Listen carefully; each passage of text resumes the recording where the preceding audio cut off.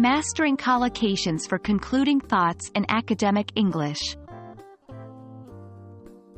Hello, and welcome back to our series on Advanced English Vocabulary. Today, we are focusing on collocations for concluding thoughts in the context of academic English. Remember, collocations are words that frequently go together in a language, helping your sentences flow more naturally.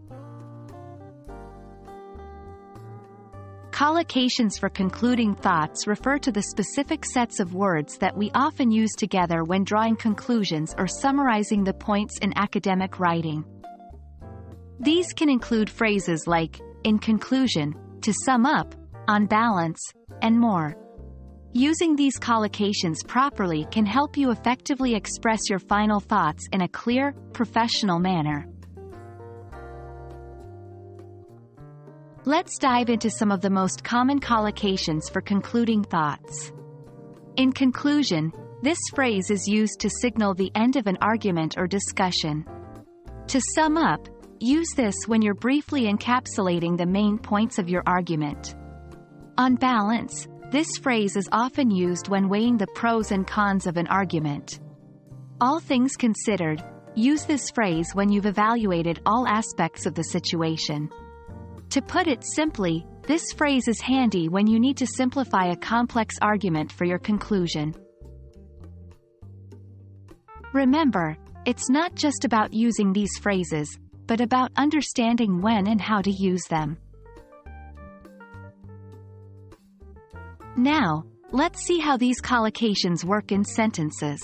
In conclusion, the evidence overwhelmingly supports the theory of evolution. To sum up, climate change represents a significant threat to our future. On balance, while the program has its shortcomings, its benefits cannot be overlooked. All things considered, it is clear that continued investment in renewable energy is the best course of action. To put it simply, the extinction of species is a direct result of human actions. In academic writing, the way you conclude your thoughts can leave a lasting impression on your reader.